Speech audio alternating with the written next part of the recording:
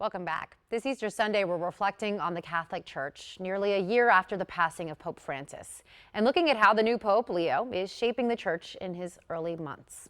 Vanessa Corcoran, advising dean at Georgetown College of Arts and Sciences, joins us to discuss the significance of Easter this year and what Pope Leo's leadership means for Catholics worldwide. Vanessa, thank you so much for joining us. Thank you for having me. So let's get into it here. It's been almost a year since Pope Francis passed. So how has his legacy continued to influence the church and the faithful? The legacy of Pope Francis, he passed away on Easter Monday morning, shortly after delivering his final public appearance on Easter Sunday, is called to mind today because Pope Leo referenced Pope Francis in his Easter blessing this morning. So every year on Easter and on Christmas, the Pope delivers an address called Urbi et Orbi, to the city and to the world. And it's this long speech after Mass. And in this morning's speech, Pope Leo referenced an ever increasing globalization of indifference, specifically citing something that Pope Francis said in 2013 in Lampedusa, this island in the Mediterranean Sea that is the epicenter of the Mediterranean migration crisis.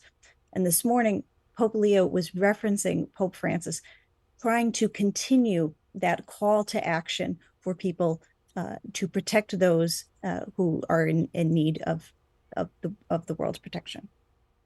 So let's talk about the Easter holiday and this Holy Week. So how has Pope Leo observed Holy Thursday, Good Friday, and the Easter Vigil in ways that might be different than we've seen in previous years? I know he's done several things that are different. Right. So on Holy Thursday, Pope Leo washed the feet of 12 Roman priests. And the washing of feet is something that takes place on Holy Thursday. When Pope Francis did it, he sometimes washed the feet of women, of Muslims, of prisoners, all these different people. This year, Pope Leo did a public mass, washing the feet of 12 Roman priests. On Good Friday, he participated in the Via Crucis, the way of the cross, or the stations of the cross, carrying the cross in the Colosseum through 14 different stations. And previous popes had carried the cross maybe at the beginning or at the end, but Pope Leo did this throughout the entirety of the service. And this is a meditation on the suffering of Jesus, and in many ways is calling for us to be mindful of the suffering of those around us as well. Last night at the Easter Vigil Mass, there's a moment where St. Peter's Basilica, the lights are turned off entirely, a reminder of the darkness that exists in our world.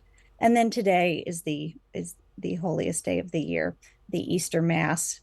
And then afterwards, in that blessing in St. Peter's Square, over 50,000 people are present. Pope Leo greeted people, wishing them happy Easter in 10 different languages. Wow, what a special and meaningful celebration and, holiday there. A quick question just about their styles. How do you think Pope Leo's style of leadership compares to Pope Francis? Because, obviously you're comparing our former Pope to the one now. And how does this shape public perception of the church as well? The question of style is one I see a lot lately in trying to suss out the differences between the two popes.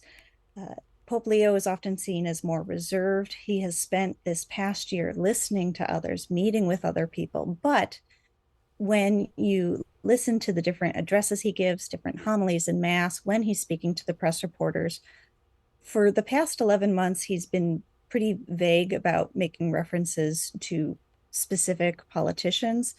But this week, Tuesday night, he spoke to a journalist in Castel Gandolfo and addressed President Trump by name in calling for the need for an end to the war in Iran.